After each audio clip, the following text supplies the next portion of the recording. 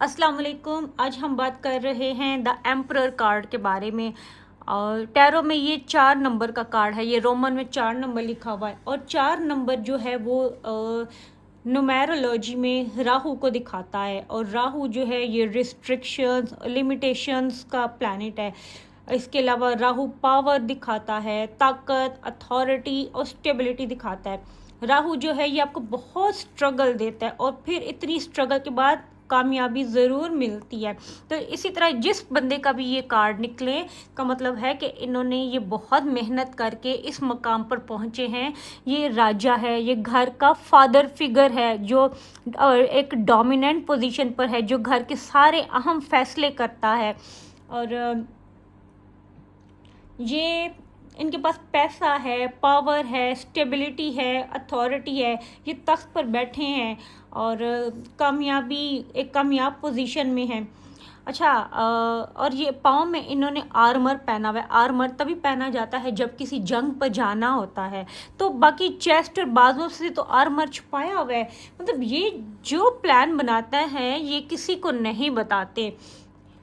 और इनके हाथ में एक ये स्टाफ है, इसका मतलब है कि ये बहुत शेयरिंग और केयरिंग है। और हाथ में ये एक येलो कलर का ऐसा लग रहा है जैसे सूरज को छोटा करके दिखाया हुआ है। मतलब इनके पास इज्जत है, नाम है, शोहरत है।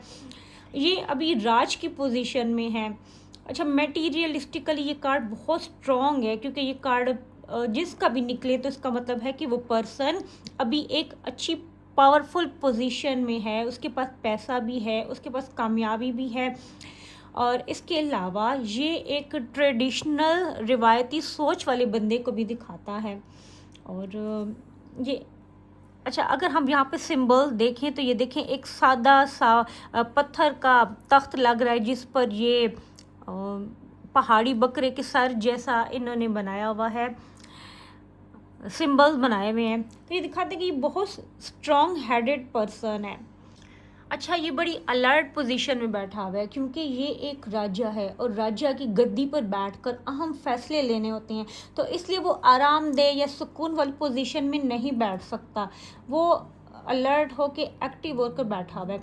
और इस कार्ड में दरख्त, फूल, पौधे, पत्ते कुछ भी नहीं दिखाया गया। बड़ा खुश्क सा कार्ड है क्योंकि इस ये देखिए पहाड़ है, सारा ऑरेंज बैकग्राउंड है जो कि मेहनत को, जोश को, जज्बे को, काम करने को दिखाता है। और इसने बहुत मेहनत से, स्ट्रगल से ये पोजीशन कमाई है। अच्छा, इसकी जो सोच है वो ट्रेडिशनल सोच है। ये ऐसा राजा है जिसने अपनी सोचों को, अपने जहन को बहुत बांध कर रखा हुआ है और ये एक डोमिनेंट पर्सन है। अपने घर में ये ही फैसले करता है। इनकी फैमिली में, इनके आसपास जो भी लोग होते हैं, ये कहता है कि बस मेरा हुक्म मानो, जो मैं कह रहा हूँ वो ही होगा और वो ही ठीक है, बाकी सब लोग गलत हैं। जैसे हम अक्सर देखते हैं ना अपने ड्रामों में, जैसे जो कबीले के सरदार होते हैं जो बड़े सख्त होते हैं कि जो हुक्म दे दिया बस वो ही हुक्म माना जाएगा और किसी की बात नहीं मानी जाएगी। तो ये वो वाला राजा है। जैसे अगर बेटी कहती है कि मैंने पढ़ने जाना है, मैंने कॉलेज में जाना है, तो ये कहेगा कि नहीं, हमारे यहाँ इन बातों को अच्छा नहीं समझा जाता, बेटियों का पढ़ना या नौकरी करना अच्छा नहीं समझा जाता। या फिर बेटा कहेगा कि मैंने लव मैरिज करनी है, तो ये बाप कहेगा कि नहीं, लव मैरिज नहीं की जा सकती, तुम्हें घर छोड़ के जाना है तो तुम चले जाओ। मतलब ये अपने असूलों में, अपनी सोच में, अपनी रिवायात में बहुत सख्त बंदा है। ये असूल परस्त इंसान है जो पुराने रीत रिवाज चलते आ रहे हैं, इसने उन्हीं पर चलना है। और जैसे कि इसकी दाढ़ी और इसके बाल सफ़ेद हैं, तो ये वो तजर्बेकार, समझदार, इल्म वाला, बहुत ज्ञान वाला बंदा है, मगर इसने अपनी अना और रिवायती सोच से ही ये बंधा हुआ है। और जनरल देखें तो इनकी ज़िंदगी में अच्छी ग्रोथ है।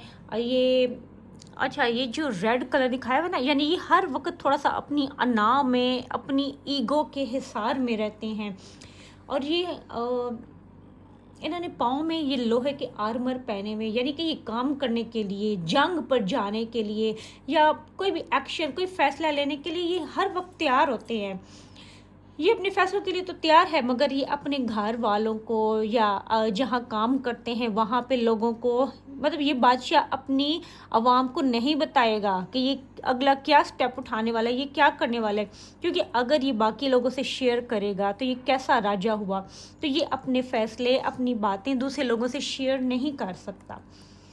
अच्छा, तो बादशाह जो होते हैं वो तो वैसे केयरिंग होते हैं, अपने सारी आवाम का, सबका बहुत ख्याल रखते हैं। तो वैसे ये पॉजिटिव कार्ड है, ये अच्छा बंदा है, दूसरों की मदद करता है। बस वो कहते हैं ना कि पुरानी सोच वाला, ज़िद्दी, अकड़ू, बस समझता है कि मैं जो कह रहा हूँ वो ही ठीक है। जैसे हमारे घर में बड़े बुजुर्ग होते हैं ना, या जो कुछ फादर ऐसे होते हैं जो कहते हैं कि बस हमारी जो पुरानी रीत रिवायात चलती आ रही हैं वो ही चलेंगी। तो अगर रिलेशनशिप के लिए ये कार्ड निकल आए तो हम कह सकते हैं कि देखो बंदा तो अच्छा है, बस थोड़ा ज़िद्दी और अपने तरीके से अपने असूलों पर चलने वाला बंदा है, अपना हुक्म चलाने वाला, डोमिनेंट पर्सनालिटी वाला बंदा है। अगर आप डोमिनेंस बर्दाश्त कर सकते हैं तो फिर ये रिश्ता चल सकता है। और बिज़नेस के लिए अगर ये कार्ड निकले तो ये कार्ड दिखाता है कि हमारा क्लाइंट वो ही पुरानी रिवायती तरीक़ों से चलने वाला बंदा है। जैसे अगर बिज़नेस कर रहे हैं तो पुराने जैसे तरीके से करते चले आ रहे थे उसी तरह कर रहे हैं, और फिर हम उनको सॉफ्ट गाइडेंस दे सकते हैं कि देखिए नए दौर के तरीके अपनाएं, एआई को इस्तेमाल करें, और सोशल मीडिया प्लेटफॉर्म आप इस्तेमाल करें, वीडियोस यूज़ करें, जैसे इंस्टाग्राम पे, यूट्यूब पे या टिकटॉक पे वीडियोस बना के अपने बिजनेस की प्रमोशन करें, मतलब थोड़ा सा अप टू डेट हों। और बाकी ओवरऑल ये कार्ड बहुत अच्छा है। Thank you so much.